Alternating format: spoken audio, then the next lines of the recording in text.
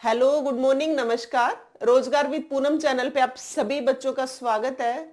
कैसे हो बच्चों सब? होप सो अच्छे होगे और अपनी पढ़ाई अच्छे से कर रहे होगे। देखो, बहुत स्टूडेंट्स के मैसेज आ रहे थे कि मैम सीईटी क्वालिफाई होगा या नहीं। अभी 2-3 दिन पहले मैंने इस पे एक वीडियो भी बनाई थी, तो मैं आप सभी को इन्फॉर्म करना चाहूंगी बच्चों, सीईटी हमारा क्वालिफाई नहीं होने जा रहा। 8 से 10 गुना की पॉलिसी बना रहे, अमेंडमेंट होने वाला है, कभी ना कभी मेंशन कर दिया जाएगा आपका और अखबार में भी आ जाएगी। 10 गुना मैक्सिमम या 8 से 10 गुना बच्चे शामिल होंगे उसमें। और बहुत बच्चों को ये भी डर हो रहा है कि मैम क्वालिफाई नहीं होगा, क्वालिफाई नहीं होगा। बच्चों एक बात बताओ, डरने वाली कौन सी बात? आप पढ़ो ना। 8 से 10 गुना भी बच्चे बहुत होते हैं, कम नहीं होते। जो बच्चा 100 में से 65, 64, 63 या 60 तक जो बच्चे मार्क्स ले आएंगे ना, वो सभी बच्चे शामिल हो जाएंगे 8 से 10 गुना में। 8 से 10 गुना भी थोड़े नहीं होते। पहले तो पॉलिसी में सिर्फ 4 गुना ले रखा था, है ना, और अब की बार तो उसके डबल से भी ज्यादा ले रखा है, 2.5 गुना ले रखा है। तो आप ये बात मत कहो, ये इस बात से डरो भी मत कि भाई हमारा क्वालिफाई नहीं होगा। वैसे भी जो पढ़ रहे हैं उनको डर किस बात का है? जो पढ़ रहे हैं क्या वो 100 में से 60-65 नहीं लेके आएंगे? कम से कम है, ये तो मानते हो ना। लेकिन आप 60-65 इन बातों पे ध्यान छोड़ के आप सिर्फ और सिर्फ खूब जबरदस्त मेहनत करो कि आप लगभग लगभग 80 के पास स्कोर कर पाओ। 85 सोचोगे तब कहीं जाके 80 पे आओगे। कंपटीशन होगा, चलो इसमें तो आपने 8-10 गुना की आपको टेंशन होगी। नेक्स्ट पेपर में वहां कंपटीशन नहीं है, वहां वही बच्चे होंगे जो सिर्फ टॉपर होंगे 8-10 गुना में। वो आपके साथ बराबर वाले फाइट करने वाले, इक्वल फाइट करने वाले हैं, थोड़े बहुत ज्यादा ही होंगे, कम नहीं होंगे।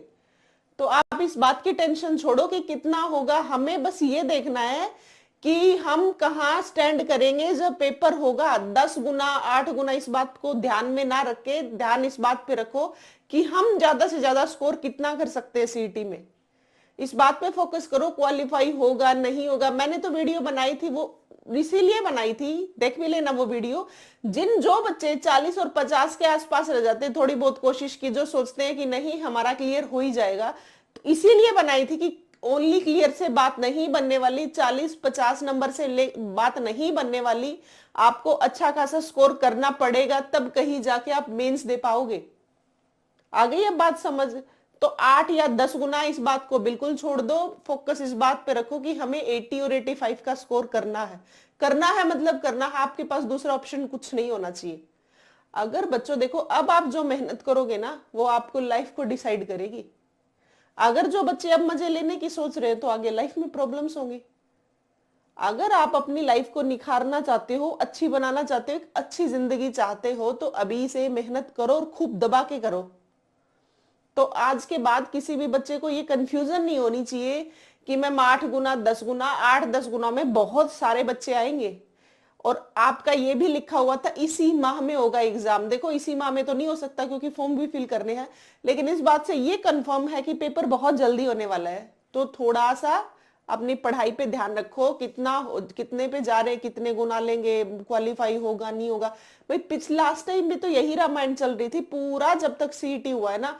कभी करनाल, कभी हिसार, कभी कहीं, सिर्फ यही धरने चल रहे थे, यही बातें चल रही थी कि हमारा सीईटी क्वालिफाई करो, क्वालिफाई करो, क्वालिफाई करो। जब एक बार अमेंडमेंट हो जाता है उसके बाद उस चीज को चेंज करना बहुत मुश्किल टास्क है।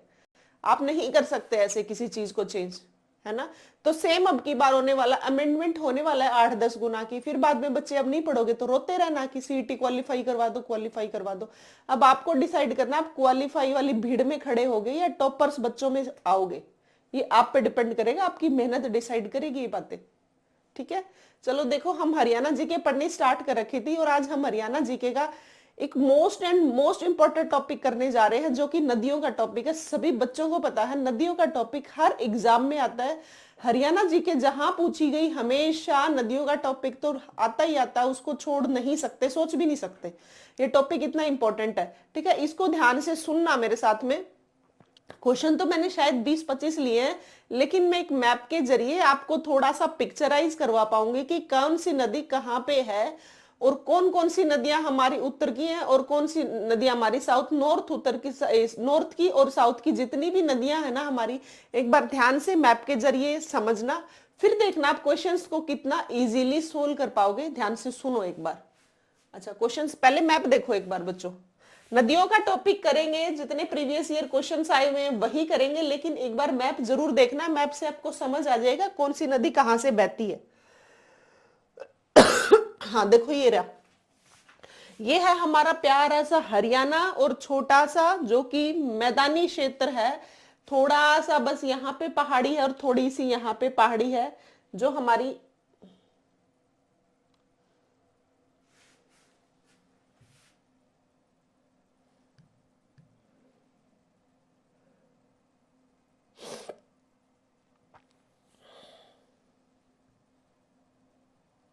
देखो हमारा हरियाणा एक मैदानी क्षेत्र है, यहाँ पे पहाड़ी इलाका नहीं है, मैदानी क्षेत्र में है, पहाड़ी थोड़ा सा आता है, ऊपर आता है शिवालिक, नीचे आता है अरावली हिल्स। ठीक है, देखो शिवालिक का जो एरिया है ना यहां से है, ये जो हमारा थोड़ा सा शिवालिक का है जो कि टच होता है थोड़ा बहुत यमुनानगर को और मेनली पंचकुला को, जो कि मोरनी हिल्स है, वो शिवालिक का नीचे का एरिया ही है।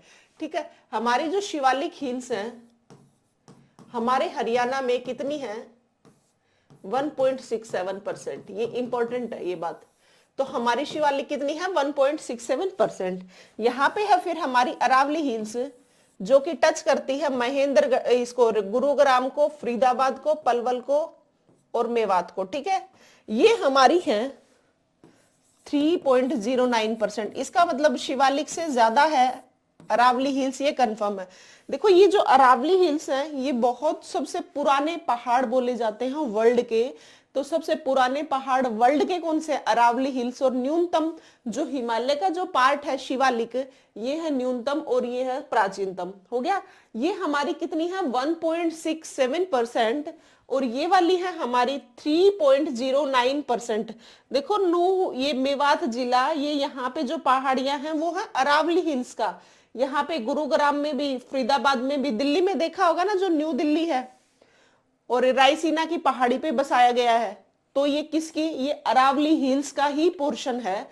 जो हमारा संसद भवन वगैरह ये सब बनाए गए हैं ना, ये अरावली हिल्स के ही पोर्शन पे बनाए गए हैं, जिसे हम बोलते हैं रायसीना की पहाड़ी पे। देखा सुना भी होगा, देखा नहीं है तो किसी ने। प्राचीनतम दिल्ली से न्यू दिल्ली है वो थोड़ी सी ऊंचाई पे है, वो यही रीजन है ये ऊंचाई पे होने का, यहाँ पे अरावली हिल्स का पोर्शन आता है। अरावली हिल्स हमारे गुजरात को भी टच करती है, हमारी दिल्ली को भी टच करती है, कुछ परसेंट हरियाणा को भी टच करती है, ये कुछ परसेंट राजस्थान को भी टच करती है। ये 4-5 राज्य है ना जिनको अरावली हिल्स टच करती हैं। तो हमारे ऐसे ही हरियाणा को भी टच करती, हरियाणा का जो अरावली हिल्स हमारे 4 जिलों में से जाता है, जिसमें से 3.09% टच करती है हमारी कौन सी, अरावली हिल्स। और शिवालिक कौन सी है, 1.67%। उम्मीद है दोनों बातें याद हो गई होंगी। अब आएंगे नदियों के टॉपिक पे। अब सुनना, हो गया ये याद, क्या हो गया, हैंग हो गया, चलो कोई बात नहीं। आप इस चीज को समझो। अब देखो हमारी जो यमुना नदी है, सबसे दो क्वेश्चन आते हैं यहां से, यमुना का और मेनली आता है घग्गर का। एक बार पिक्चराइज कर लोगे तो अच्छे से समझ आएगा।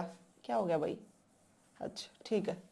देखो शिवालिक अरावली का पता लग गया, अब इस चीज को भूलोगे नहीं, कितने परसेंट है ये भी याद रखोगे। अब आ जाओ क्वेश्चन पे। देखो यमुना नदी है जो हमारी उत्तराखंड के यमुनोत्री के हिमनद से निकलती है, मतलब शिवालिक का ही पोर्शन है ये। शिवालिक अभी बताई भी, और 1.67 मैंने अभी बताई इसीलिए बताई है। यहाँ अरावली बताई वो भी इसीलिए बताई है। देखो यहाँ जो यमुना नदी है ना हमारी, यमुनोत्री के हिमनद से आती है। ठीक है, तो ये कैसे आती है, देखो ये एंटर करती है यमुनानगर के कालेसर में। यमुना नदी की बात बता रही हूं अभी मैं, सुनना ध्यान से। कालेसर, यमुनानगर के कालेसर से एंटर करती है, कर ली एंटर। कहां से, उत्तराखंड के यमुनोत्री हिमनद से निकलती है, जो कि 6330 मीटर ऊंचाई से, कितने से, 6330 मीटर ऊंचाई से निकलती है। ठीक है, और गंगा की सबसे महत्वपूर्ण सहायक नदी भी तो यमुना ही है ना, इसका मतलब यमुना बहुत लंबी नदी है। और ऊंचाई कितनी, 6330 मीटर से, जो कि गंगा के साथ सहायक जो यमुना नदी है जिसकी लंबाई 1376 किलोमीटर, किसके साथ कवर करती हुई चलती है, गंगा के साथ। ठीक है, लेकिन हरियाणा में जो यमुना की नदी है वो मैं बाद में बताऊंगी। तो एक बात पता लग गई, यमुनोत्री के हिमनद से निकलती है और किसका इलाका है ये? शिवालिक की पहाड़ियों का ही है। सबसे पहले एंटर कहां पे करती है? ये करती है बच्चों यमुनानगर में। और कौन सी जगह से करती है? कालेसर से करती है। इसका मतलब यमुना नदी यमुनानगर में एंटर करती है। एक जिला ये हो गया। फिर आती है ये यमुनानगर से आती है करनाल में। करनाल के बाद आती है पानीपत में। पानीपत के बाद आती है सोनीपत में। और सोनीपत के बाद यहां पे है दिल्ली। दिल्ली के बाद आती है फरीदाबाद। और फरीदाबाद के पलवल से निकल के ये यूपी में यहां पे प्रवेश कर जाती है। देखो मैप से उम्मीद है बात समझ आई होगी। अब सुनो ध्यान से। मैंने बताया शिवालिक का यहाँ पे एरिया है जो कि 1.67% है। और यहाँ पे ही यमुनोत्री हिमनद से निकलती है यमुना नदी। और ये यहाँ से निकलती हुई सबसे पहले एंटर करती है यमुनानगर में। यमुनानगर के कहाँ पे एंटर करती है? कालेसर में एंटर करती है। कालेसर के यमुनानगर से एंटर करके फिर कहाँ आती है? करनाल में। करनाल में यमुना नदी सबसे ज्यादा जो बहती है ना, सबसे ज्यादा एरिया किसका ले रखा है? करनाल का ले रखा है। ये भी क्वेश्चन आया हुआ है कि सबसे ज्यादा कौन कहां पे बहती है? सबसे ज्यादा करनाल में। सबसे ज्यादा इसकी लंबाई है ना यमुना नदी की, वो कहां पे है? करनाल में है इसकी। ठीक है। फिर आती है ये पानीपत में। पानीपत के बाद आती है सोनीपत में। सोनीपत के बाद दिल्ली। दिल्ली के बाद फरीदाबाद। फरीदाबाद के पलवल। पलवल के हसनपुर से निकल के ये यूपी के अलीगढ़ में प्रवेश कर जाती है। हो जाएगा याद? तो अब इससे यहाँ क्वेश्चन क्या बनता है? सबसे पहले तो क्वेश्चन यही बनता है यमुना नदी कहां से निकलती है? यमुनोत्री के हिमनद से, बंदरपूछ की चोटी से। ठीक है। अब देखो फिर क्या हुआ यहां पे। अब इससे क्वेश्चन ये आता है यमुना नदी हमारे कितने जिलों में से बहती है? अब देखो सबसे पहले आया यहां पे। अब देखते चलना, अब याद हो जाएगा। ये रटोगे तो भूलोगे, मैप से समझोगे तो याद रहेगा। यमुनानगर के बाद सेकंड कौन सा आया? इधर इधर के सारे हैं, करनाल। और सबसे ज्यादा लंबाई भी किसकी है यमुना नदी की? करनाल में ही है, हरियाणा में एंटर होने के बाद। थर्ड है पानीपत से बह रही है, देखो ये रही। फिर है सोनीपत। सोनीपत के बाद है दिल्ली में चली जाती है। दिल्ली को हम काउंट नहीं कर रहे, अभी अभी हरियाणा के जिलों से देख रहे हैं। फरीदाबाद और फिर पलवल के हसनपुर से होते हुए अलीगढ़ में प्रवेश कर जाते हैं यूपी के। तो अब जिले देखो, हमारे हरियाणा में यमुना नदी 6 जिलों में से निकलती है। और 6 जिलों में से निकल के पलवल के हसनपुर से होते हुए अलीगढ़ यूपी की अलीगढ़ में प्रवेश कर जाती है। तो यमुना नदी हमारे हरियाणा के कौन कौन से जिलों में से निकलती है? अब ये क्वेश्चन आता है। ऑप्शन में दे देते हैं 4, कोई एक अलग दे देते हैं, वो याद करना। इसीलिए मैंने ये मैप दिखाया है और मैप को दिखाने के बाद ये समझाया। ये जो साइड के जिले हैं ना, ये सारे जिले आते हैं। ये यमुनानगर से तो एंटर करती है, फिर आती है करनाल में, जिसके सबसे ज्यादा यमुना नदी की जो लेंथ आती है, मतलब लेंथ मतलब ऐसे नहीं होता नदी जैसे अपनी नेचुरल रास्ता बना के रखती है, वो कहीं से निकल जाती है, कहीं से कट करती हुई जाती है। ऐसे ही करनाल में सबसे ज्यादा बहती है, मतलब लंबाई करनाल में सबसे ज्यादा है। फिर है पानीपत से बहती है, फिर है सोनीपत। सोनीपत के बाद ये जाती है दिल्ली में। ठीक है। दिल्ली के बाद फिर ये कहां जाती है? सोनीपत। सोनीपत के बाद फरीदाबाद। सोनीपत के बाद फरीदाबाद। फरीदाबाद के पलवल। हमारे 6 जिलों में से यमुना नदी बहती है। 6 जिले उम्मीद है कौन कौन से हो, याद हो गए होंगे। अब याद करोगे तो आगे क्वेश्चंस आएंगे, उनको सोल्व इजीली कर पाओगे। लग गया पता इन सब 6 जिलों का। और ये नेचुरल बाउंड्री बनाती है यूपी को और हरियाणा में से। यूपी इधर हो गया, हरियाणा इधर हो गया। तो यूपी और हरियाणा की नेचुरल बाउंड्री कौन सी नदी बनाती है? वो बनाती है यमुना नदी। ठीक है।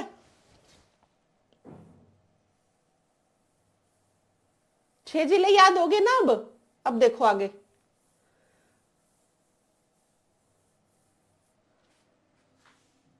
ये है नेचुरल बाउंड्री।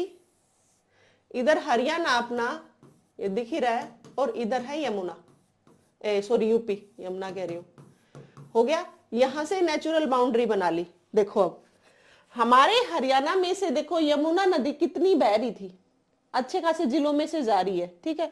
अब इस पे यमुना नदी पे ही नहर बनाई गई। यमुना नदी पे ही जिसे 2 नहरें बनाई गई, नहर बनाई गई। एक बनाई गई पश्चिमी यमुना नहर, ये बहुत पुरानी नहर है 1879 की। एक बनाई गई पूर्वी यमुना नहर। ये जो पूर्वी यमुना नहर है ये जाती है यूपी में से, नहर ये तो गई यूपी में से, और ये इधर वाली जाती है पश्चिम हरियाणा में से। तो देखो हमें डायरेक्शंस पता है, ये होती है ईस्ट और ये होती है वेस्ट।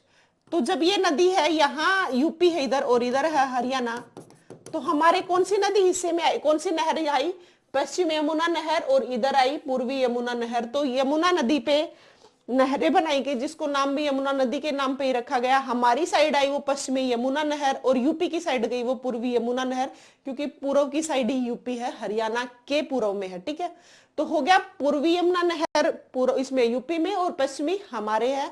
पश्चिमी यमुना नहर एक ऐसी नहर है जो हमारे पूरे हरियाणा को सिंचित करती है, सिंचाई करती है। ये भी क्वेश्चंस आता है आगे, जितनी बातें बता रही हूँ वो सारे क्वेश्चंस है आगे दे रखे हैं मैंने क्वेश्चंस, प्रीवियस ईयर क्वेश्चंस बहुत सारे आते हैं नदी से और यमुना से। यमुना से जितने क्वेश्चंस हो सकते थे वो मैंने सारे करा दिए, कहां से एंटर करती है, कहां से एग्जिट करती है, ये सारी बातें। ठीक है, और एक और बात, हाँ हम जो हमारी यमुना नदी है ना, देखो कितने जिलों में से टच जारी है, लेकिन दिल्ली यहाँ पे है जो हमारी यूटी है, इसके पास ऐसी कोई नदी है ही नहीं जिसके लिए ये यूं कह दे कि हमारे तो बहुत ज्यादा नदियां। देखो हमारे तो जब पंजाब से नदियां आती है ना, उनमें से घग्गर का भी पानी हम लेते हैं, इधर से हम घग्गर का पानी भी लेंगे, इधर से यमुना हमारे से आगे जा ही रही है। देखो ये जो नदी है ना, वो किसी एक राज्य की बपोती नहीं होती, वो हर किसी की होती है। जैसे अब ऊपर से आ रही थी, अब आप एक बात सोचो, उत्तराखंड हिमाचल सोच लेता कि हम यमुना नदी को आगे नहीं जाने देंगे, तो हमें पानी कैसे मिलेगा?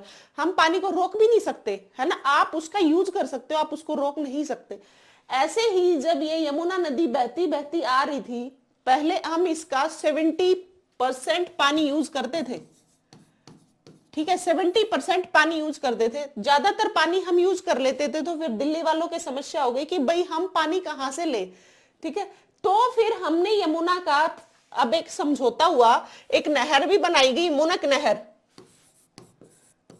नहर, जिससे दिल्ली को इन सबको पानी मिलने लग गया, नहर बना दी यमुना नदी पे, मुनक नहर। उसके बाद एक समझौता हुआ, उसके बाद हमारा हरियाणा यमुना नदी का ओनली 47% पानी यूज करता है। कितना करता है? 47% पानी यूज करता है, और पहले करता था 70% पानी यूज। कौन? हरियाणा। लेकिन किसकी वजह से फिर दिल्ली को दे दिया? ठीक है, दिल्ली को दे दिया तो क्या हो गया? 47 हो गया, पहले कितना था? इतना था। 1994 में दिल्ली के साथ हमारा समझौता हुआ था, 1994 में समझौता। क्या समझौता था? कि भाई सारा पानी हरियाणा यूज कर लेता है यमुना नदी का, और हमें पानी नहीं मिलता। इस वजह से ये 1994 का समझौता, जो हम 70% पानी यूज कर रहे थे, वहां पे एक नहर निकाल के, मुनक नहर निकाल के कुछ पानी दिल्ली को भी दे दिया गया। और उसके बाद से हरियाणा यमुना नदी का 47% पानी यूज करता है, और आगे सारा चला जाता है दिल्ली, और दिल्ली से फिर नीचे फरीदाबाद पलवल से होते हुए यूपी में चली जाती है नदी। सभी को पता भी है, गंगा के आगे प्रयागराज में मिलन हो जाता है यमुना नदी का, और यमुना नदी गंगा में मिलके आगे किधर चली जाती है?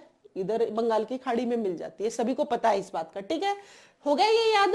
यमुना नदी से जितने क्वेश्चंस आ सकते थे वो मैंने सारे क्वेश्चंस करा दिए। देखो बात सुनो, उत्तराखंड के यमुनोत्री के हिमनद से निकलती है, शिवालिक की पहाड़ियों से निकलती है, पता लग गया। यमुनानगर के कालेसर में प्रवेश करती है, कालेसर के बाद ये हमारे हरियाणा के 6 जिलों से निकलती है। सबसे पहले यमुनानगर, फिर है करनाल, फिर है पानीपत, सोनीपत, फिर दिल्ली में जाती है। दिल्ली भी पानी यमुना का ही यूज करता है। दिल्ली में जितना पानी यूज हो रहा है ना, वो सब यमुना का हो रहा है। ठीक है, उसके बाद आती है क्या? यहाँ पे फरीदाबाद के नीचे पलवल से चली जाती है यूपी में। ये बातें हो गई याद। हम पहले यमुना का 70% पानी यूज करते थे, लेकिन 1994 में एक समझौता हुआ, जिसके बाद हमारा हरियाणा यमुना का ओनली 47% पानी यूज करता है। ये भी बहुत है। ठीक है, यमुना नदी पे 2 नहरें बनाएंगी, पूर्वी यमुना नहर, पश्चिमी यमुना। पूर्वी यमुना नहर का पानी यूज करता है कौन? यूपी, और पश्चिमी का करता है हरियाणा। और हरियाणा की पश्चिमी यमुना नहर से ही पूरे हरियाणा को पानी दिया जाता है, मतलब पूरे हरियाणा को सिंचित किया जाता है, सिंचाई की जाती है पश्चिमी यमुना नहर से। हो गई ये जितनी बातें थी सारी। अब देखो यमुना नदी का ये था टॉपिक। अब करवा देती हूं घग्गर का, जिससे आपको एक बार घग्गर और क्लियर हो जाएगी। ये सारे जिले अगर मैंने मैप से कराए हैं तो आपको समझ आ गए, अदरवाइज आपको रटने पड़ते, और रटी हुई चीजें हमेशा इंसान भूलता है, इसीलिए मैप के जरिए मैं आपको ये बातें बता रही हूं। फिर कराऊंगी क्वेश्चंस। ये जितनी चीजें समझाती हूं ना, इनको आप इग्नोर ना किया करो, इन बातों को ध्यान से सुना करो। यही वो चीजें हैं जो आपको क्रैम नहीं करना पड़ेगा, रटना नहीं पड़ेगा, चीजें समझ आ जाएंगी फिर। ठीक है, अब देखो नेक्स्ट, यहां पे है हमारी घग्गर नदी। ये भी शिवालिक की पहाड़ियों से निकलती है, हिमाचल के धरतीधर जगह से निकलती है घग्गर नदी। घग्गर नदी यहाँ शिवालिक के हिमाचल प्रदेश, हमारा हिमाचल यहाँ टच होता है ना, हिमाचल प्रदेश के धरतीधर पहाड़ी से निकल गई कौन सी नदी? घग्गर नदी। यहाँ पे एंटर करती है पंचकुला से, और यमुना नदी ने एंटर किया था यमुनानगर से, तभी इसका नाम यमुनानगर है। ये प्रवेश किया कालका में। इसका मतलब ये तो कंफर्म है कि यमुना नदी कहां से एंटर करे? पंचकुला से, तो पंचकुला में बहती है। पंचकुला में यहाँ पे हाँ 2-3 बांध और बनाए गए। यहाँ पे घग्गर जब एंटर करती है, यहाँ पे पानी का बहाव, ये एक बरसाती नदी है। वैसे ये तो सदानीरा नदी है, ये वाली तो एक बरसाती नदी है। जब बारिश आ जाती है तो बहुत अच्छा पानी आ जाता है, अगर जब बारिश नहीं आती है तो घग्गर नदी में पानी कम आता है। कई बार सुना भी होगा, जब बहुत बारिश आती है तब ये नहीं सुनते कि घग्गर नदी की वजह से बाढ़ आ गई, तो वो यही रीजन है। जब बारिश आ जाती है तब बहुत तेज बहाव हो जाता है, और जब बारिश नहीं आती तो यहाँ पे कई बार सूखा भी देखा जाता है। इसीलिए घग्गर नदी को बरसाती नदी कहा गया है। ठीक है, अब देखो घग्गर पे 2-4 बांध बनाए गए हैं ताकि पानी को डिस्ट्रीब्यूट कर दिया जाए, बाढ़ ना आए, इसीलिए ये बांध बनाए गए। ये भी साथ के साथ याद कर लो। एक है कौशल्या बांध, ये घग्गर नदी पे ही पंचकुला में बनाए गए हैं। कौशल्या बांध, दंगराना बांध, ये चारों घग्गर नदी पे पंचकुला में बनाए गए हैं। दीवान वाला बांध और छामला बांध।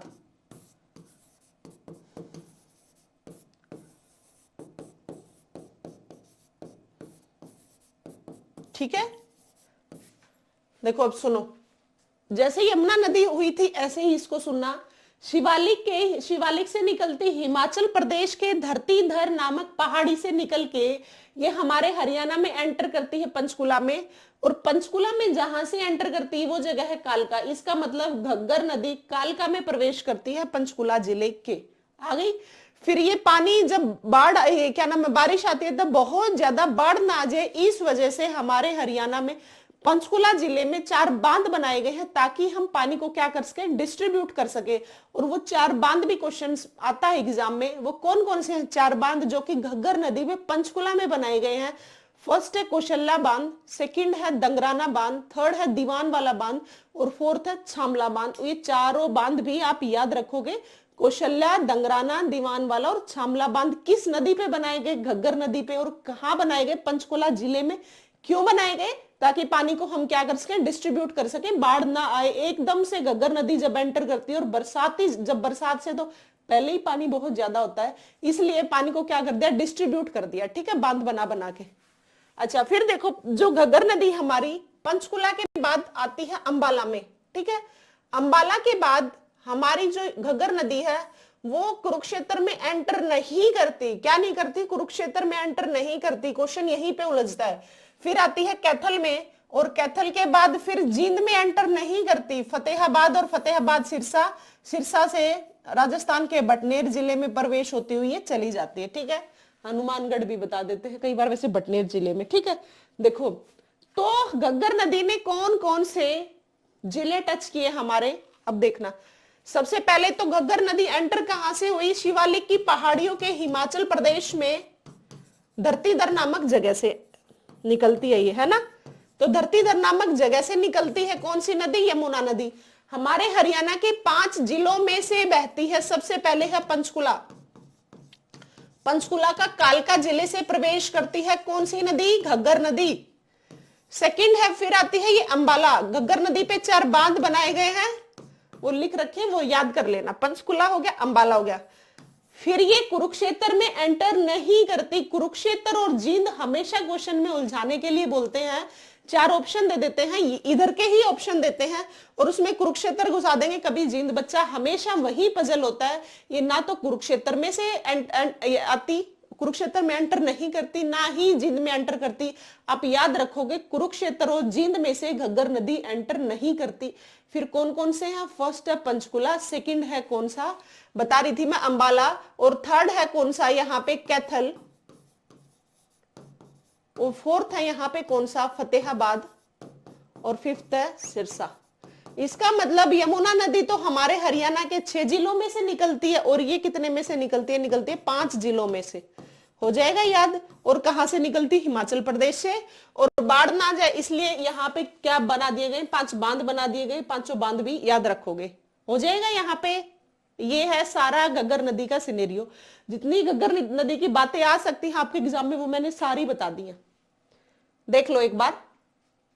पंचकुला में एंटर, पंचकुला के बाद अंबाला, अंबाला के बाद कुरुक्षेत्र में एंटर नहीं करती। कैथल, कैथल के बाद फतेहाबाद, फतेहाबाद के सिरसा।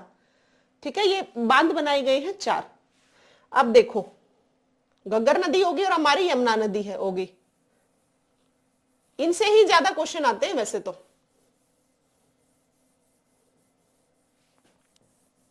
फिर है अंबाला में एक है टांगरी नदी। ये जो उत्तर की नदियां है ना, देखो साउथ की तो छोटी छोटी है, उत्तर वाली 2 ही थी मेन। ये तो एक है यहाँ पे है टांगरी नदी। यहाँ पे ये मोरनी की पहाड़ियों से निकलती है टांगरी नदी। ये एक ऐसी नदी है जो हमारे हरियाणा में से ही निकलती है और हरियाणा के अंबाला के मारकंडा में मिलके यहीं पे लुप्त हो जाती है। ये निकलती कहां से है? ये भी निकलती है मोरनी हिल से। मतलब पंचकुला के मोरनी हिल से निकलती है टांगरी नदी। कौन सी नदी? टांगरी नदी। और यहाँ पे अंबाला में है एक मारकंडा। यहाँ पे जो ये मारकंडा है ना, यहाँ पे मारकंडा नदी निकलती है अंबाला से।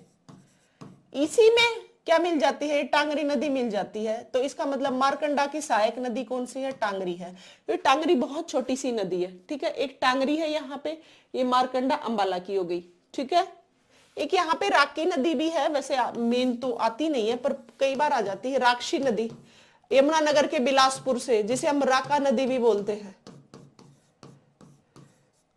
ठीक है, ये यमुनानगर से निकलती है और ये भी यहाँ पे अंबाला से कुरुक्षेत्र, कुरुक्षेत्र से कैथल में ये कहाँ मिल जाती है? मारकंडा भी घग्गर में मिल जाती है। तो घग्गर में जब मिलती है ना, तो ये भी राक्षी नदी भी इन्हीं में आके यहाँ पे, यहाँ से आके यहाँ पे इनमें मिल जाती है। तो इसका भी यही था, राक्षी नदी जिसको राका नदी कहते हैं, ये भी यहीं पे मिल जाती है। एक होगी टांगरी नदी।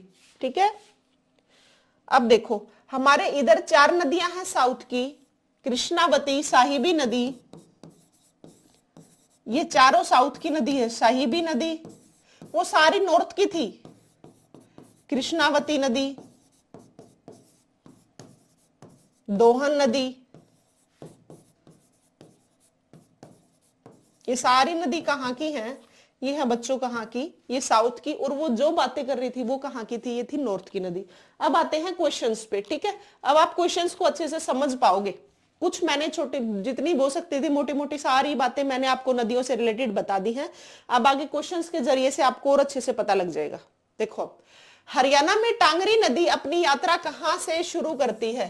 देखो अभी बताया था मैंने टांगरी, इसीलिए मैंने मैप समझाया था कि आप लोगों को समझ आ जाए कि कौन सी नदी कहां से। एक तो ये तो कंफर्म हो गया कि ये नॉर्थ में है, मतलब शिवालिक रेंज है, अरावली हिल्स नहीं है, क्योंकि अरावली तो हमारी नीचे है। मैप बताने का यही फायदा है। और इससे हमेशा क्वेश्चन आता है बच्चों, ये जो मैप बताया था ना, इसको जितनी बातें बताई है ना वो ध्यान से सुनना। कम से कम मैंने 50 बातें बता दी आपको, और 50 के 50 क्वेश्चन है, बातें नहीं है, वो सारी एग्जाम में आई हुई है। सारी एग्जाम ओरिएंटेड बातें मैं आपको बता रही हूँ। मैं बेवजह का कुछ भी क्लास में नहीं बोलती, सिर्फ वही बातें बताती हूँ जो आपके एग्जाम में आती है। ना आपका मैं टाइम वेस्ट करती ना कुछ करती, बस ध्यान से सुनते रहा करो। ठीक है, देखो ये ग्रुप 57 में 2023 में क्वेश्चन आया हुआ है। अभी तो बता रही थी मैं, सारे क्वेश्चंस आए हुए हैं और नदियों का टॉपिक एक मोस्ट इंपोर्टेंट टॉपिक है। अभी बताया था हम ऊपर पढ़ रहे थे कहां पे? टांगरी। और टांगरी कहां से निकलती है? मोरनी हिल से निकलती है।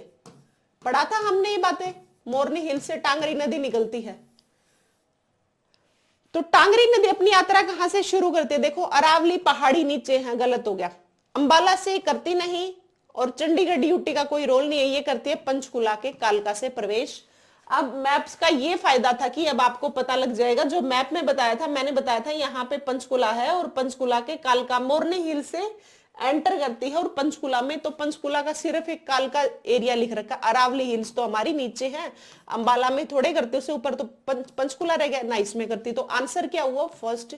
तो टांगरी नदी एक ऐसी नदी है जो हमारे हरियाणा में ही निकल के हरियाणा में ही एग्जिट हो जाती है, एंटर एग्जिट दोनों हरियाणा के ही। कौन सी नदी को? टांगरी नदी के। टांगरी एक बहुत छोटी सी नदी है। देखो एक सीक्वेंस भी आप याद रखना, एक है टांगरी नदी, सबसे पहले टांगरी नदी, टांगरी एक छोटी नदी है, ये मिल जाती है मारकंडा में। ये सीक्वेंस बहुत मोस्ट इंपॉर्टेंट सीक्वेंस है, इसको याद रखना। मारकंडा नदी में टांगरी नदी मिल जाती है, फिर मारकंडा नदी सरस्वती में मिल जाती है कुरुक्षेत्र में जाके, और सरस्वती मिल जाती है गग्गर में। ये इनका सीक्वेंस है, ये याद रखोगे। इसका मतलब गग्गर सबसे बड़ी नदी है। यहाँ पे जो टांगरी नदी ऊपर से पंचकुला से आती है, ये मारकंडा नदी में मिल जाती है जो कि अंबाला की नदी है। अब मारकंडा नदी सरस्वती नदी में मिल जाती है जो कि कहा जाता है मुगला वाली, ये भी यमुनानगर से निकली थी, लेकिन कुरुक्षेत्र के आदि बद्री जितनी भी चीजें हैं वो सरस्वती नदी के किनारे हैं। और सरस्वती मिल जाती है गग्गर में, ये इनकी सहायक नदी है। टांगरी किसकी सहायक नदी? मारकंडा की सहायक नदी कौन सी है? टांगरी। सरस्वती की, मारकंडा, टांगरी, और गग्गर की कौन सी है? सारी। और सारी लास्ट में कहा जाके लुप्त हो जाती है? ये मिल जाती है गग्गर में। सबको मिला के एक नदी में बह जाती है। कौन सी नदी में? घग्गर नदी में। ये सीक्वेंस याद रखना, ठीक है। ये सीक्वेंस बहुत इंपॉर्टेंट है, हमेशा आता ही। ना याद करोगे तो आपको पता भी लग जाएगा, जब एग्जाम दे के आओगे तब आपको एहसास होगा कि ये हमें टॉपिक याद रख लेना चाहिए था। हो गया फर्स्ट क्वेश्चन। अब देखो नेक्स्ट क्वेश्चन पे। निम्नलिखित में से हरियाणा का कौन सा जिला यमुना नदी द्वारा सिंचित नहीं है? देखो अब क्वेश्चन से, ये ग्रुप 56 में आया हुआ, 2023 में आया हुआ, ज्यादा पुराना नहीं है। अब हुआ आइडिया, जो मैप बताया जा रहा था उसमें मैप में जो जिले पिक्चराइज करवा रही थी कि ऊपर यमुनानगर है, फिर कौन सा करनाल है, फिर पानीपत है, सोनीपत है, फरीदाबाद है, पलवल है। यमुना नदी 6 जिलों से निकलती है, टच करती हुई, बहती हुई। तो आपको अब इससे आइडिया हुआ कि कौन कहां से बहती है और कहां से नहीं बहती। इस टाइप का क्वेश्चन आता है, इसीलिए मैंने पहले मैप करवाया आपको। पढ़ो अब ध्यान से। निम्नलिखित में से हरियाणा के कौन से जिला यमुना नदी द्वारा सिंचित नहीं है?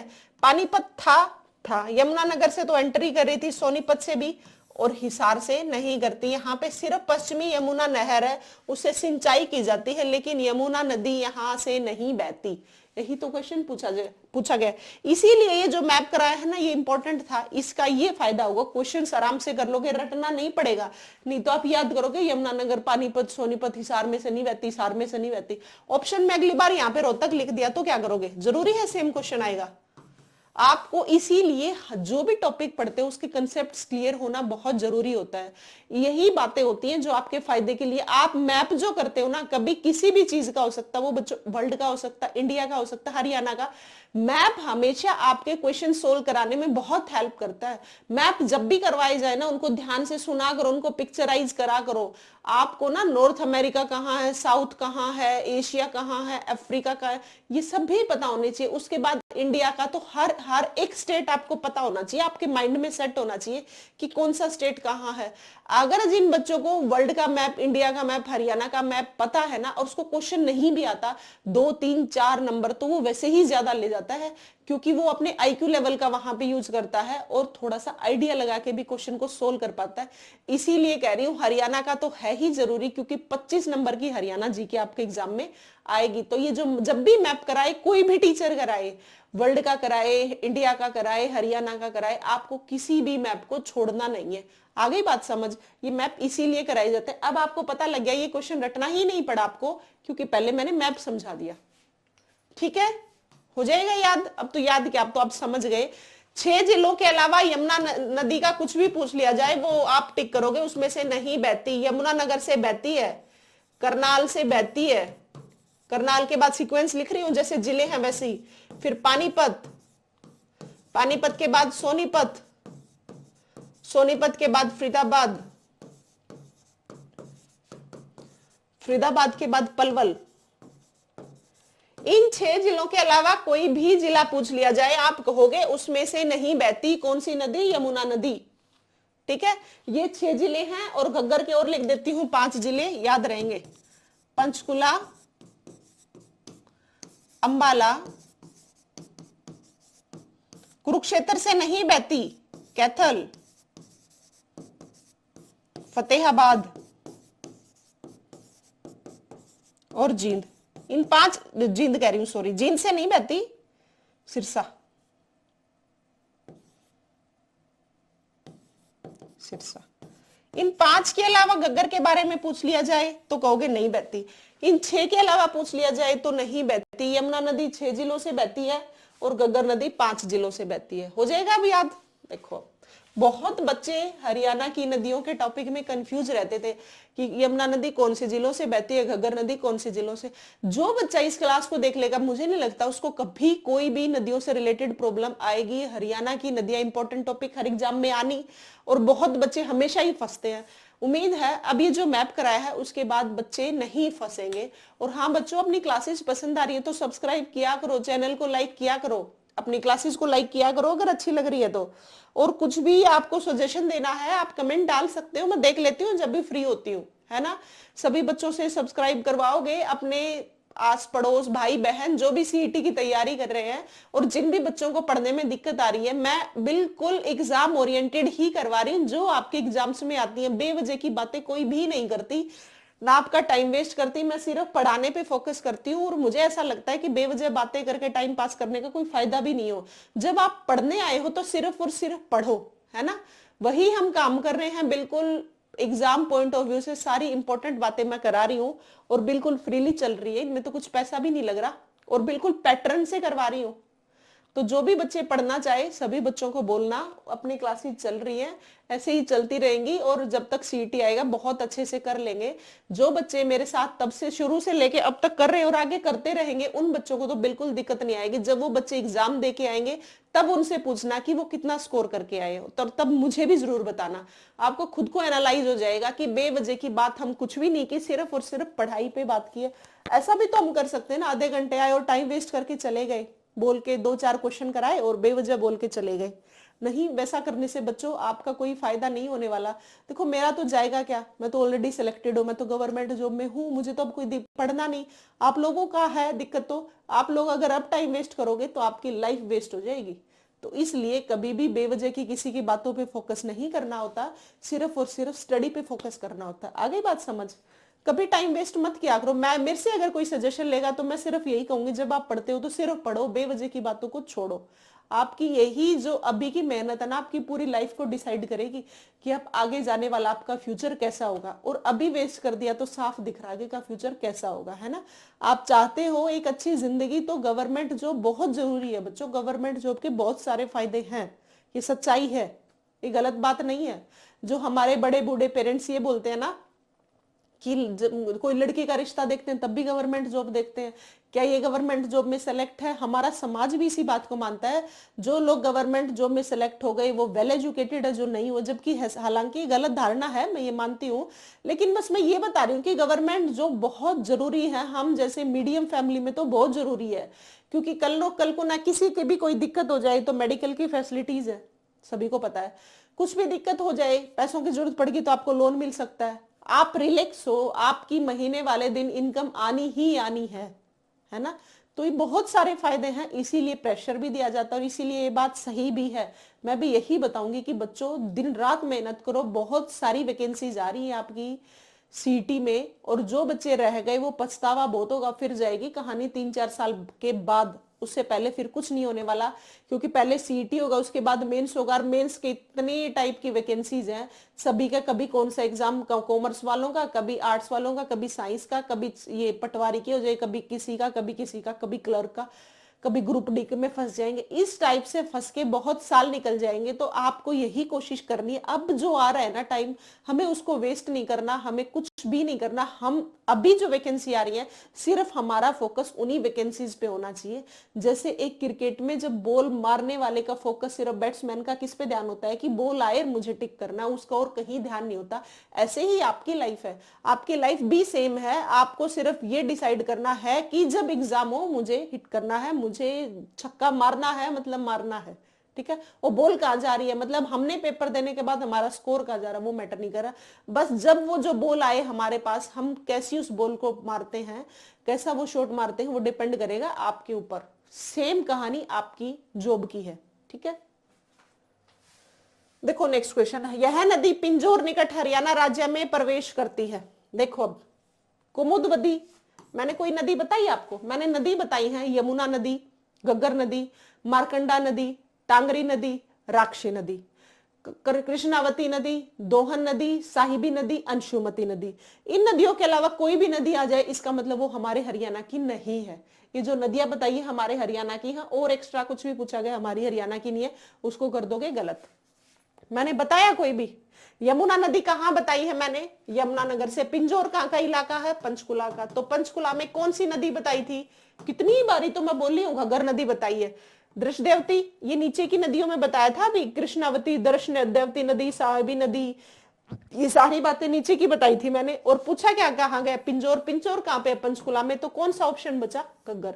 ऐसे आपको एलिमिनेशन मेथड भी आना चाहिए, आपको कट करने भी आने चाहिए, कौन सा नहीं हो सकता और कौन सा है। देखो बच्चों, मैं आपको एक बात बताती हूँ, जिस भी बच्चे को एलिमिनेशन मेथड आता है ना, मैंने शायद 3-4 बार बता ली, जिस बच्चे को एलिमिनेशन मेथड आता है वो बच्चा ज्यादा स्कोर करेगा, ये सच है। आपको एक बात बताती हूँ, एक राजस्थान का, मेरी ही फ्रेंड की बात बताती हूँ। राजस्थान वो है हरियाणा की, मेरे साथ तैयारी करती थी, राजस्थान का पेपर आ गया, उसका बेस्ट तरीका था एलिमिनेशन मेथड। उस ये आइडिया लगा लेती थी कि ये नहीं हो सकते। जब आप इस बात पे पहुंच जाते हो ना कि ये नहीं हो सकते, आप सही पे वैसे ही पहुंच जाते हो। वो राजस्थान की जीके में काफी अच्छा स्कोर कर गई, इसलिए मैंने बताई है ये बात आपको। उसको एलिमिनेशन मेथड बहुत अच्छा आता था कि ये चीज नहीं हो सकती। आप सबसे पहले उसी को कट करो कि ये चीज नहीं है, जो है उस पे फोकस करो। फोकस आपको नहीं पता आप कैसे करोगे, इससे ये आइडिया लगाओ, जो नहीं है ना आप ये तो आइडिया लगा लो कि ये आंसर नहीं हो सकता, उनको कट कर दो, बस तो अपने आप ही गया सही। आपको पता नहीं था सही क्या है, लेकिन आपको गलत का भी पता है ना कि ये नहीं हो सकते, तो ऑप्शन तो एक ही बचेगा ना, इसका मतलब वही सही है। अब मैंने बताई नदियों के बारे में बार बार बोल रही हूँ, ये नदी हमारे हरियाणा में है, मैंने इसका कोई नाम ही नहीं लिया। यमुना बताई, यमुनानगर से प्रवेश करती, इसका भी कोई नाम ये नीचे की नदियों में बताई, तो बच कौन सी गई? घग्गर। पिंजौर का हमें पता है कहां में है, ये पंचकुला में है। इस टाइप से भी आप क्वेश्चन को सोल्व कर पाओगे जब आपको क्वेश्चंस नहीं आता होगा। सभी बच्चों को जब मैं अभी क्वेश्चंस में करवाती रहूंगी, कट करना सबसे पहले सिखाऊंगी, फिर आप गलत सही पे वैसे ही पहुंच जाओगे। ध्यान से सुनते चलना, ठीक है? देखो ये क्वेश्चन आया हुआ है आपका टीजीटी मैथ में 2023 में ही मॉर्निंग की शिफ्ट में आया हुआ है। ये सारे वही क्वेश्चंस ले रखे हैं जो आपके एग्जाम्स में आए हुए हैं, ठीक है? देखो अब नेक्स्ट क्वेश्चन, हरियाणा की सबसे प्राचीन मुख्य नहर कौन सी है? मैंने बताया 1879 में। कौन सी? यमुना नदी की पश्चिमी यमुना नहर हमारे हरियाणा में जाती है और पूर्वी जाती है कि कहां पे? यूपी में। तो कौन सी सबसे पुरानी हो गई? पश्चिमी यमुना नहर हो गई, ठीक है? गुरुग्राम नहर नहीं, भिवानी नहर नहीं, बांखड़ा नहर नहीं, पश्चिमी यमुना नहर। जब भी हमारे हरियाणा की पुरानी नहर पूछ ली जाए ना, आप हमेशा पश्चिमी यमुना नहर के साथ जाओगे, क्योंकि मैंने देखो कहा 1817 की बात की, 19th सेंचुरी की बात की, और हम कौन सी है? 21 सेंचुरी में है। तो कितनी पुरानी बात कर रही हूँ, तो किसकी बात कर रही हूँ? पश्चिमी यमुना नहर की बात कर रही हूँ। जो ये यमुना नदी है, इसके पानी को डिस्ट्रीब्यूट कर दिया गया, कुछ यूपी ले लेगा, कुछ हरियाणा ले लेगा, उसको नहरों में डिवाइड कर दिया। जो नहर पश्चिमी, जो हम पश्चिमी की साइड हैं, तो हमारा नाम दे दिया गया पश्चिमी यमुना नहर। और जो नहर यमुना जो पूर्व की साइड जा रही है, उसको बोल दिया पूर्वी यमुना नहर, क्योंकि पूर्व में, हमारे पूर्व में कौन है? उत्तर प्रदेश है, ठीक है? इसलिए ये बात आई है पश्चिमी यमुना नहर। अब देखो नेक्स्ट क्वेश्चन, हरियाणा की मुख्य नदियां कौन कौन सी हैं? मुख्य नदियां दो ही हैं, यमुना नदी जो कि एक बारहमासी नदी है, घग्गर कौन सी? एक बरसाती नदी है। यमुना नदी को सदा नीरा भी बोलते हैं, क्योंकि हमेशा सदा मतलब हमेशा, नीर मतलब सदा नीरा मतलब हमेशा नीर रहता है, मतलब हमेशा उसमें क्या रहता है? पानी रहता है। लेकिन घग्गर एक बरसाती नदी है, जब बारिश आती है, जब बहुत ज्यादा बाढ़ आने को हो जाती है, कई बार तो हम सुनते हैं बारिश के दिनों में घग्गर नदी की वजह से अंबाला में बाढ़, पंचकुला में, सारे जिलों में कई बार दिक्कत भी आती है, बाढ़ग्रस्त हो जाते हैं। तभी यहाँ पे बांध भी बताए हैं मैंने, 4 कौशल्या बांध, दीवानवाला, छामला, दंगराना, ये सारे बांध इसीलिए बनाए गए हैं ताकि पानी को डिस्ट्रीब्यूट करके बाढ़ से कुछ बचाया जा सके। तो हमारी जो बरसाती नदी घग्गर नदी, ये भी क्या है हमारी? और एक कौन सी है? यमुना नदी। गंगा हमारे नहीं बहती, सतलुज हमारे नहीं बहती। तो देखो अब गंगा हमारे नहीं बहती है, यूपी में से जाती है, हो गया कट। सतलुज हमारे नहीं बहती, मानसरोवर से निकल के पंजाब की साइड जाती है, सतलुज हमारे है ही नहीं। मैं बार बार यमुना और घग्गर के बारे में बता रही थी, तो अपने आप ये बच गया। टीजीटी उर्दू में क्वेश्चन आया हुआ है, सतलुज मानसरोवर की पहाड़ी से ऊपर से निकलती है, मानसरोवर से, हिमाचल उधर से, ठीक है। ये क्या है, मैप के ऊपर ये हमारा इंडिया का मैप है, इधर वाले पोर्शन में मानसरोवर से निकलती है, ये सिंधु वगैरह से इधर से जाते हुए ये पाकिस्तान में चली जाती है, सतलुज पंजाब से होते हुए, ठीक है। तो सतलुज नदी का हमारे कोई रोल नहीं, यहाँ पे भी सतलुज का नहीं है, गंगा बता दिया मैंने यूपी से, तो बच क्या गया, यमुना और घग्गर हो जाएगा याद। यमुना घग्गर ही तो मैं बार बार, वैसे भी तो यमुना और घग्गर ही बोल रही हूँ बार बार, कर लोगे याद। इस टाइप से आप एलिमिनेशन मेथड सीखोगे, और ये जो मैप बताया ये बहुत इंपॉर्टेंट, आपने बातें समझी होगी तो बहुत इजीली आपको क्वेश्चन लग रहे होंगे, इजीली कर भी पाओगे। हरियाणा का यह जिला किसी भी बारहमासी नदी से रहित है। देखो बारहमासी दो ही बताई हैं, यमुना और घग्गर। जितने भी साउथ के जिले पूछ लिए जाए ना, वो बारहमासी नदी से, बारहमासी नदी में नहीं आते। जैसे रोहतक मान लो, रोहतक जो जिला है वो जो पश्चिमी यमुना नहर से सिंचित कर लिया जाता है, ठीक है। यमुना नदी का कुछ पानी रोहतक को दे दिया जाता है, लेकिन जो नीचे साउथ के जिले हैं ना, उनमें बारहमासी नदी का कोई भी रोल नहीं है, कुछ भी नहीं आता उसमें बारहमासी में से। तो देखो रोहतक ऊपर है, ये ऊपर हो गया, तो हरियाणा का जिला बारहमासी पता, पंचकुला में पता ही घग्गर है, अंबाला भी बताया था। यहाँ पे आंसर आएगा महेंद्रगढ़। जब बारहमासी की बात कर ली जाए ना, तो नीचे के जितने भी जिले हैं ना साउथ के, वो बारहमासी नदी से उनसे पानी नहीं दिया जाता इन जिलों को, तो ये महेंद्रगढ़ जिला है, ये आंसर हो जाएगा। लग गया पता किस टाइप से है बारहमासी नदी का, देख लो एक बार ध्यान से।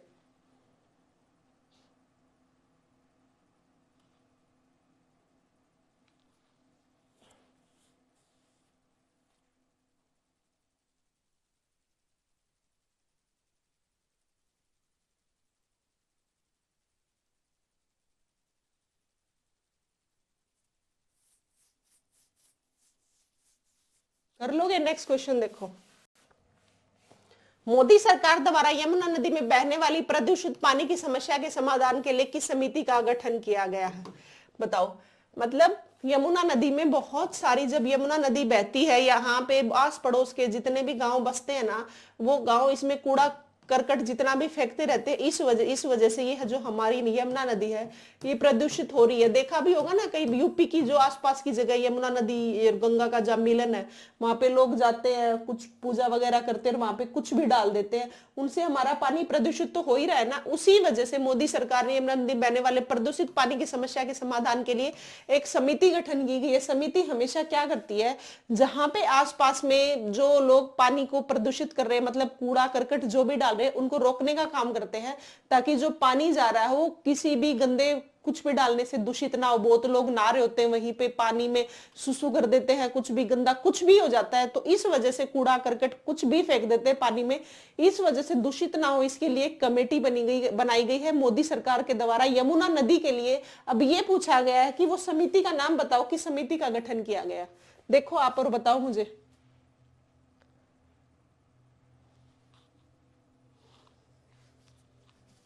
ये सिर्फ और सिर्फ आपको याद करना है, ओम प्रकाश धनखड़ समिति बनाई गई है। कौन सी समिति बनाई गई, ओम प्रकाश धनखड़ समिति बनाई गई है। और ये समिति इसीलिए बनाई गई है ताकि क्या है, पानी को दूषित होने से बचाया जा सके। देखो नेक्स्ट, कौन सी नदी वर्षा ऋतु में राज्य के अंबाला कुरुक्षेत्र जिले में बाढ़ का मुख्य कारण बनती है, बताओ। अंबाला एवं कुरुक्षेत्र में, जब भी अंबाला नाम आ जाए ना, पंचकुला है नहीं यहाँ पे, अभी बताया था मैंने, अंबाला, यहाँ पे मारकंडा नदी निकलती है, बताया था। तो देखो कौन सी नदी में बाढ़ का मुख्य कारण, ओनली बरसात आती है तभी ये नाले के रूप में ही है, वैसे कोई खास नदी के रूप में नहीं है, लेकिन जब बाढ़ आती है तब बहुत ज्यादा पानी आ जाता है, और उसकी वजह से क्या है, बारिश आती है तब बहुत ज्यादा पानी आ जाता है, इस वजह से बाढ़ जैसा माहौल हो जाता है। बाढ़ का मुख्य कारण, जो बाढ़ आने का मुख्य कारण अंबाला और कुरुक्षेत्र में है, वो बच्चा मारकंडा नदी का। किसका है, मारकंडा का। राखी का तो मैंने बताया यमुनानगर में। टांगरी क्या करती है, पिंजौर से, पंचकुला से निकल के मोरनी हिल से और मारकंडा में मिल जाती है, तो हाकड़ा नदी का हमारे कोई काम नहीं है। तो कौन सी नदी बची, मारकंडा नदी। शुद्र नदी जो कि घग्गर की सहायक नदी है, बताओ। हाँ, एक और सहायक नदी से याद आया, देखो यमुना नदी है ना, यमुना नदी, इसकी सहायक नदियां पूछ ली जाती है कई बार, आप ये याद रखोगे, सोम, पथराला, ये नदियां हैं, सोम, पथराला, बूढ़ी गंगा, ये यमुना की सहायक नदियां हैं। ये नदी हैं तीनों।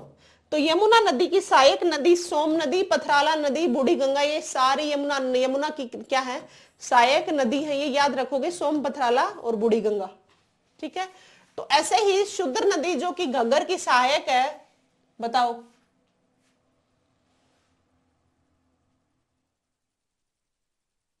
कौन सी है?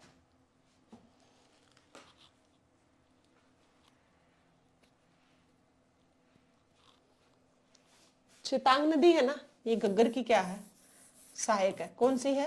चितांग नदी। ठीक है, ये याद कर लेना, वैसे आया हुआ पीजीटी 2020 में, एचटेट में। तो एचटेट वालों के लिए वैसे इंपॉर्टेंट है, क्योंकि क्वेश्चंस हमेशा रिपीट किए जाते हैं। तो शुद्ध नदी जो कि घग्गर की सहायक है, वो कौन सी है? चेतांग। देखो, महेंद्रगढ़ जिले में बहने वाली नदियों का पहचान कीजिए। महेंद्रगढ़ जिले में कौन कौन सी होती हैं? अभी बताई थी मैंने, अंशुमती जो कि साउथ की नदियां हैं, अंशुमती, दोहन, कसोती, इंदौरी। कसावटी नहीं है, एक कसोती नदी है। तो महेंद्रगढ़ जिले में बहने वाली नदियों का पहचान कीजिए। क्या अंशुमती बहती है, क्या दोहन बहती है, क्या कसोती बहती है, क्या इंदौरी बहती है?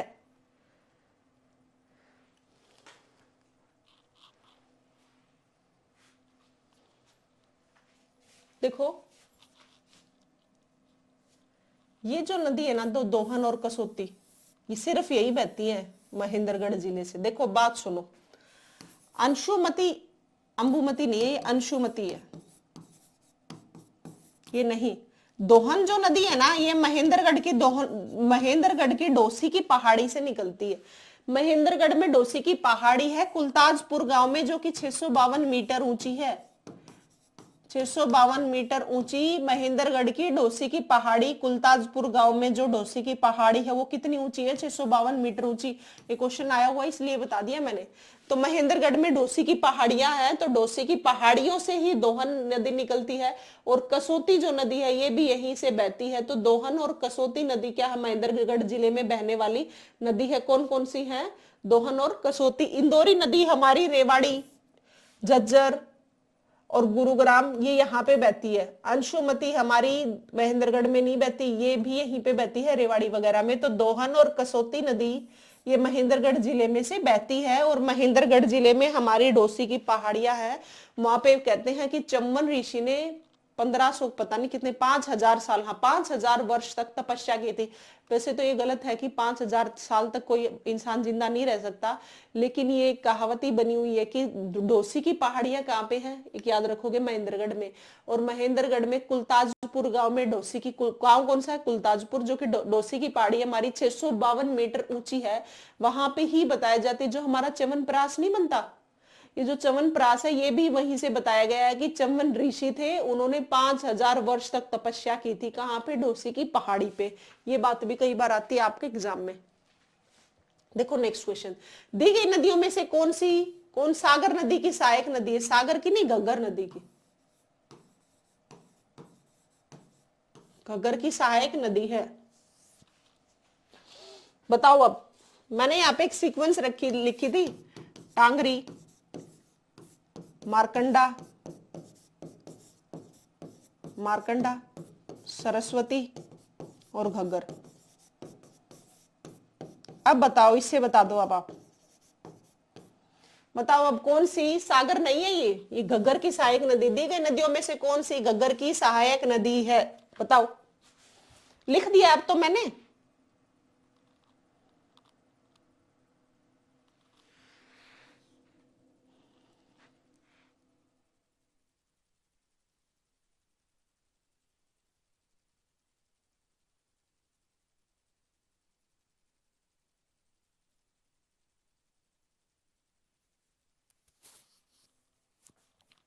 जैसे यमुना की बताई थी ना, सोम, पथराला, बूढ़ी गंगा, ऐसे ही घग्गर की कौशल्या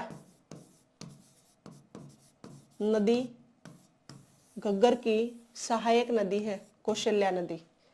कौशल्या और झामरा दो नदियां हैं। जैसे यमुना की मैंने कौन कौन सी बताई थी, याद करो आप। कौशल्या और झाझर या झामरा भी बोल देते हैं। देखो सुनो एक बार, मेरी बातें सुनना। ये क्वेश्चन आता है, बहुत बार आता है और बच्चे फंसते हैं।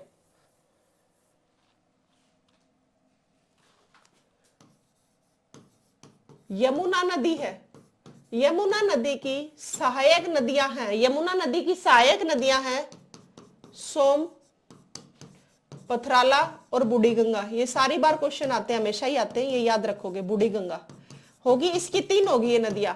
अब आती है घग्गर नदी। घग्गर नदी की सहायक नदियां है ना, वो हैं झाझर नदी या झामरा नदी भी कई जगह लिखा हुआ है, झाझर और कौशल्या नदी। ठीक है। अब देखो सहायक नदी जब पूछ ली जाए कौन सी नदी किसमें मिलती है, तो आप याद रखोगे टांगरी मिलती है मारकंडा में, मारकंडा मिलती है सरस्वती में, सरस्वती मिलती है घग्गर में। जब बात आ जाए मिलने की, ये नदी किसमें मिल गई है, इसमें मिल गई, इसमें मिल गई, तो करोगे आप ऐसे। ठीक है। लेकिन जब आपसे पूछ लिया जाए कि सहायक नदी कौन सी है, तो आप याद रखोगे घग्गर की 2 नदी बताई है, कौशल्या और झाझर। तो आप किसके साथ जाओगे, कौशल्या के साथ जाओगे। किसके साथ जाओगे, कौशल्या के साथ। उम्मीद है अभी ये बात आ गई। जब मिलने की बात आ जाए कौन सी नदी किसमें मिलती है, टांगरी मिलती है मारकंडा में, मारकंडा सरस्वती में, सरस्वती लास्ट, सारी नदियां लास्ट में मिलकर किसमें चली जाती हैं, घग्गर नदी में मिल जाती हैं। इस टाइप के क्वेश्चन में तो ऐसे ही करोगे। घग्गर की सहायक नदियां पूछ ली जाए तो झाझर और कौशल्या 2 ही नदी घग्गर की सहायक नदी है। एक और बात याद रखना बच्चों, देखो मैंने अभी आपको बताया, सॉरी पहली बात तो सभी बच्चों के लिए सॉरी, मेरे ध्यान नहीं रहा। एक बात आप याद रखोगे, सभी बच्चे ध्यान से सुनना, गलत नहीं पढ़ना किसी को, कई बार दिमाग से निकल जाता है, लेकिन आप सारे बच्चे ध्यान से सुनो। जो हमारी घग्गर नदी है ना, अभी बताया धरती दर की पहाड़ी से नहीं, मारकंडा निकलती है धरती दर की पहाड़ी से, ध्यान अभी आए। मारकंडा नदी निकलती है धरती दर की पहाड़ी से। ठीक है, धरती दर की पहाड़ी अभी बता रही थी ना जो घग्गर नदी, घग्गर नदी नहीं बच्चों, ये निकलती है, मारकंडा नदी निकलती है धरती दर की पहाड़ी से, घग्गर नदी निकलती है हिमाचल प्रदेश के डाकसाई से। ये याद रखोगे, मैंने शायद गलत बोल दिया, अभी ध्यान आया मेरे, हिमाचल प्रदेश के डाकसाई से। सॉरी बच्चों इस बात के लिए, ध्यान कई बार माइंड कहीं होता है और हम बोल कहीं जाते हैं, जैसे टंग स्लिप हो जाती है ना, सेम बात रही है। अब देखो ये याद रखना, मैंने जो पीछे बताया घग्गर नदी कहां से निकलती है, धरती दर से बिल्कुल नहीं निकलती। आप याद रखोगे क्या, धरती दर की पहाड़ी से निकलती है। मारकंडा नदी कौन सी, मारकंडा नदी है ना। और आप याद रखोगे घग्गर नदी हमारी कहां से, ऊपर से बता रही थी ना मैं, कालका में प्रवेश करती है। शिवालिक की तो रेंज है, हिमाचल भी है, लेकिन हिमाचल की धरती दर से ना निकल के कहां से निकलती है, निकलती है डाकशाही की पहाड़ी से। याद रखोगे कहां से निकलती है, डाकशाही की पहाड़ी से। सॉरी बच्चों गलती से बोल गई मैं, डाकशाही की पहाड़ी, गलत किसी को नहीं पढ़ना, गलत किसी को नहीं पढ़ना। कई बार ध्यान ना रहे तो जो बात बद में बता दी जाए उसको सुधार लेना चाहिए। डाकशाही की पहाड़ी है ये, कर लोगे याद, तो याद रखोगे डाकशाही की पहाड़ी से। ठीक है, हो जाएंगे ये दोनों, इसकी सहायक है और इसकी सहायक ये है। बहुत सारे क्वेश्चन हो गए बाकी आज हमारे, ये क्वेश्चन थोड़े लिए, उनसे रिलेटेड बातें ज्यादा बताई। किस जिले में यमुना नदी का प्रवाह नहीं है, अभी बताया था करनाल में, पानीपत में, सोनीपत में है, इससे नहीं है, तो आंसर क्या हो जाएगा, ए हिसार हो जाएगा। नेक्स्ट देखो, यमुना नदी हरियाणा के किस हिस्से में बहती है, अभी इधर थी, और डायरेक्शन होती है ईस्ट, वेस्ट, नॉर्थ और साउथ। तो कहां से बहती है हमारी, पूर्वी, हरियाणा के किस हिस्से में, पूर्वी में, मैप से भी पता लग रहा है। निम्नलिखित में किस नदी का उद्गम स्थल असंगत है, सरस्वती इंदौरी मेवात की पहाड़ी से, मारकंडा शिवालिक की पहाड़ी से, टांगरी मोरनी की पहाड़ी से। गलत है ये बताना है। अब आपको बताओ, अभी बताया था मैंने टांगरी मोरनी की पहाड़ी से निकलती, इसका मतलब ये तो सही है, ये तो गलत नहीं है। ठीक है, मारकंडा बताया है धरती दर की पहाड़ी से निकलती है, घग्गर नदी हिमाचल के डाकशाही से निकलती है। तो अब बताओ आप,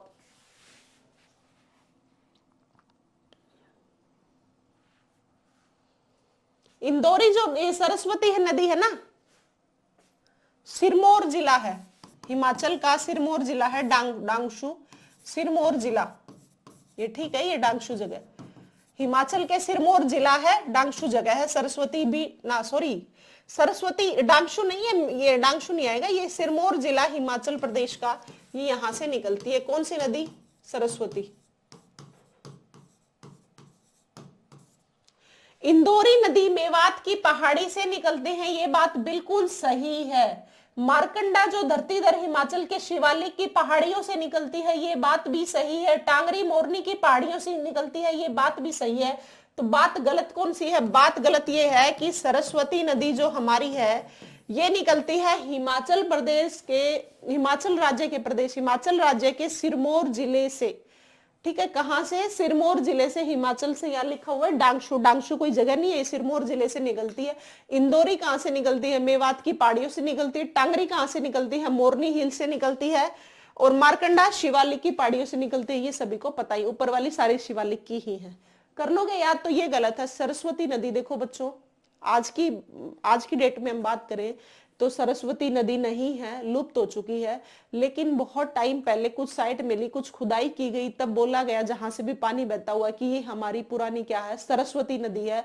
सरस्वती नदी को जो 2015 में 21 अप्रैल 2015 को जब मुगला वाली गांव जो हमारा यमुना नगर का, वहां पे कुछ साइट मिली, कुछ खुदाई की गई, तब बहती हुई थोड़ा बहुत पानी दिखा, तो उससे आइडिया क्या लगाया कि ये हमारी सरस्वती नदी है। हालांकि आज की डेट में सरस्वती नदी हमारी लुप्त हो चुकी है। जो हम कई बार कुरुक्षेत्र से रिलेटेड नहीं पढ़ते, आदि बद्री, ये आदि बद्री यमुनानगर के आदि बद्री से निकलती है सरस्वती नदी। नरका तारीख तीर्थ हो गए, ये सारे तीर्थ जो कुरुक्षेत्र के पढ़ते हैं, हम ये कहाँ पढ़ते हैं? सरस्वती नदी के किनारे ही पढ़ते हैं। इसका मतलब पहले सरस्वती नदी थी, आज नहीं है। ठीक है, हो जाएगा याद। तो इससे ये भी याद हो गया होगा सरस्वती, या इससे तो निकलती तो नहीं है, फिर आपको ये भी याद रखना है किससे निकलती है। अब तो क्वेश्चन पूछ लिया यहाँ पे किससे नहीं निकली, हमने को पता लग गया, लेकिन ये भी तो पता होना चाहिए ना निकलती फिर कहां से है। तो आपको याद रखना है सरस्वती नदी हिमाचल प्रदेश के सिरमौर जिले से निकलती है। और एंटर कहां करती है? ये भी एंटर करती है यमुना नगर के आदि बद्री जगह से। कहां से? आदि बद्री यमुना नगर के। देखो यमुना नगर के 3 याद कर लिए। राका नदी जो राक्षी नदी है वो बिलासपुर यमुना नगर से निकलती है। यमुना नदी है जो कालेसर में एंटर करती है, वो भी यहीं से यमुना नगर में ही है। आदि बद्री यमुना नगर का ही सरस्वती नदी है। तो ये देखो यमुना नगर से कितनी नदियां एंटर कर रही है, कर लोगे याद। और इंदौरी हमारी साउथ की नदी है, मेवात की पहाड़ियों से निकलती है। मारकंडा शिवालिक की पहाड़ियां होगी, टांगरी मोरनी की पहाड़ियां बताई दिया। ठीक है, बाकी जितने क्वेश्चन हो सकते हैं नदियों के लगभग आ चुके हैं। हमारे क्वेश्चन तो 14 हुए हैं, लेकिन हमने और बहुत एक्स्ट्रा बातें कर ली। अब देखो, गग्गर नदी राज्य के किस जिले में हरियाणा में प्रवेश करती है? बताया तो था पंचकुला में। और गग्गर नदी हिमाचल प्रदेश के दागशाई जिले से, दागशाई जिले से। और मारकंडा धरतीधर से, हिमाचल प्रदेश के धरतीधर पहाड़ी से, धरतीधर पहाड़ी से निकलती है ये। ठीक है, देखो अब नेक्स्ट क्वेश्चन। हरियाणा के मारकंडा नदी निम्न में से किस जिले में होकर गुजरती है? मारकंडा नदी अभी बताया था अंबाला। जब भी मारकंडा का आ जाए, मार्कंडेय ऋषि थे यहाँ पे। और ये बात कहाँ की बात कर रहे हैं? अंबाला की। पंचकुला से कौन सी नदी? गग्गर से। और सिरमौर जिला किसका था? सरस्वती के लिए। और कुरुक्षेत्र से भी रिलेटेड जितनी बातें पूछी जाती हम कहते हैं सरस्वती नदी के किनारे हुई थी। अब देखो, यह नदी कालेसर वन के निकट प्रवेश हरियाणा में प्रवेश करती है। कितनी बारी तो बता दिया, ये बताओ कौन सा है? मैं तो सारे ही गलत लिख रखे हैं।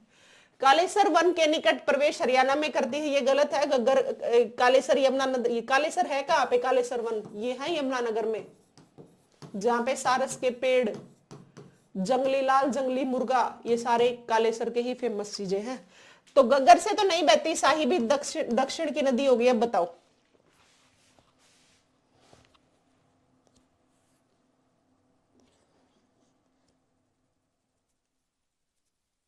बताओ। मारकंडा कहां बताई थी? अंबाला। और ये कहां बताई थी? सरस्वती। सरस्वती आदि बद्री से थी, कालेसर तो नहीं थी। इसका मतलब ये सारे ही ऑप्शन गलत हैं।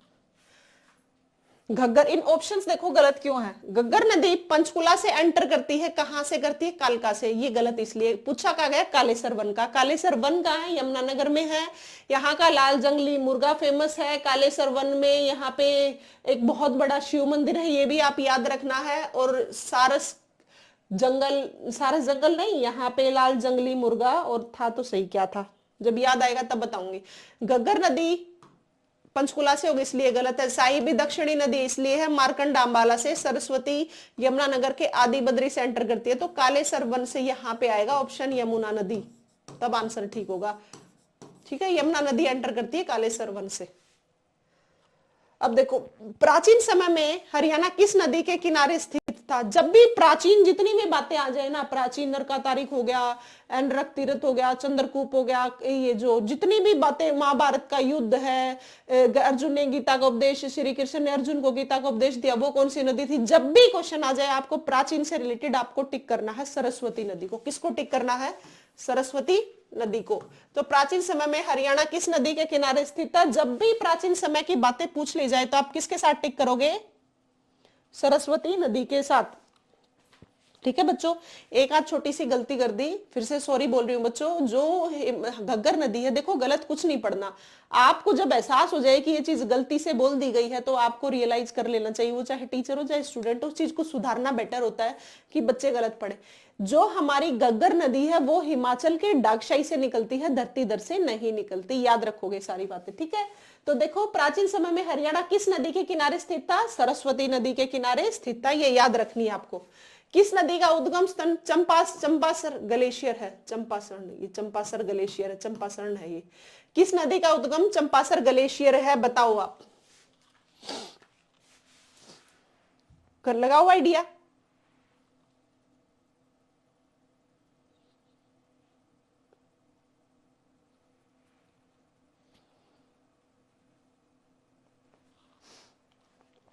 मैंने बताया था शिवालिक की पहाड़ियां हैं, यमुनोत्री हिमनद है, चंपासर ग्लेशियर है, ये सारी बातें यमुना नदी की बड़ा बताई थी। कौन सी? यमुनोत्री ग्लेशियर, चंपासर, यमुनोत्री हिमनद, यमुनोत्री तो हिमनद था, चंपासर ग्लेशियर था। किसके लिए बात हो रही है ये? यमुनोत्री नद, यमुनोत्री हिमनद और चंपासर ग्लेशियर, ये सारी बातें किसकी हैं? यमुना नदी की। चंपासर ग्लेशियर किसकी है? सारी बातें यमुना की, ठीक है। निम्न में से कौन सी नदी हरियाणा से होकर नहीं बहती? देखो घग्गर नदी अभी बताई थी, हमने पढ़ी थी, साहिबी दक्षिण की हमारी नदी है, दोहन भी बताई थी। तो हमारा महानदी हमारे हरियाणा से होकर नहीं बहती है, उड़ीसा उस साइड बहती है ये, ठीक है।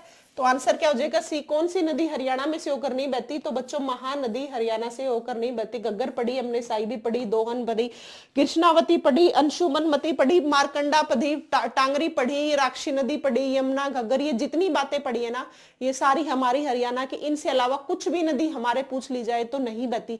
देखो कहाँ महानदी उड़ीसा और कहाँ हरियाणा, तो वैसे ही आइडिया लगा लो, है ना। तो उम्मीद है मेरे प्यारे बच्चों क्लास पसंद आई होगी। आज हमने क्लास में बहुत सारी इंपॉर्टेंट बातें की हैं, जितनी नदियों से रिलेटेड हो सकती है। हमने क्वेश्चंस कम किए हैं, 20 क्वेश्चंस किए हैं, लेकिन क्वेश्चंस के साथ कम से कम हमने 100 बातें एक्स्ट्रा पढ़ लिया। आप आइडिया लगाओ कि कितने हमारे क्वेश्चंस हो गए। जितने नदियों से रिलेटेड और भी क्वेश्चन लेके आऊंगी वैसे मैं, लेकिन जितने नदियों से रिलेटेड आपकी बातें हो सकती थी, जितने क्वेश्चन हो सकते हैं, वो मैंने लगभग सारी बातें बता दी है। और जो मैप पढ़ाया था वो बहुत फायदा करेगा, एक बार उसको फिर से ध्यान से देख लेना। ऊपर कौन से जिले, कौन कौन से यमुना नदी के, कौन कौन से घग्गर के हैं, ये बहुत बार क्वेश्चंस आता है और इसमें बच्चे फंसते हैं। तो आपको नहीं फंसना, ना आपको रटना। सारी इंपॉर्टेंट बातें यमुना नदी की, इसकी सॉरी नदियों की सारी इंपॉर्टेंट बातें मैंने आपको करा दी हैं। और ऐसे ही हमारी क्लास चलती रहेंगी। बाकी नदियों के और क्वेश्चंस लेके आऊंगी, जितने क्वेश्चंस, काफी सारे, शायद 100-120 क्वेश्चन है, सारे मैं ले आऊंगी, सारे पढ़ेंगे हम।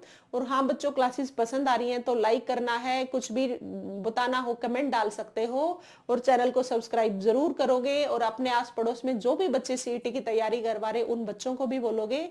और ये अपनी क्लास हम शाम को एक और ले लेंगे, साइकोलॉजी की क्लास। थैंक यू बच्चों।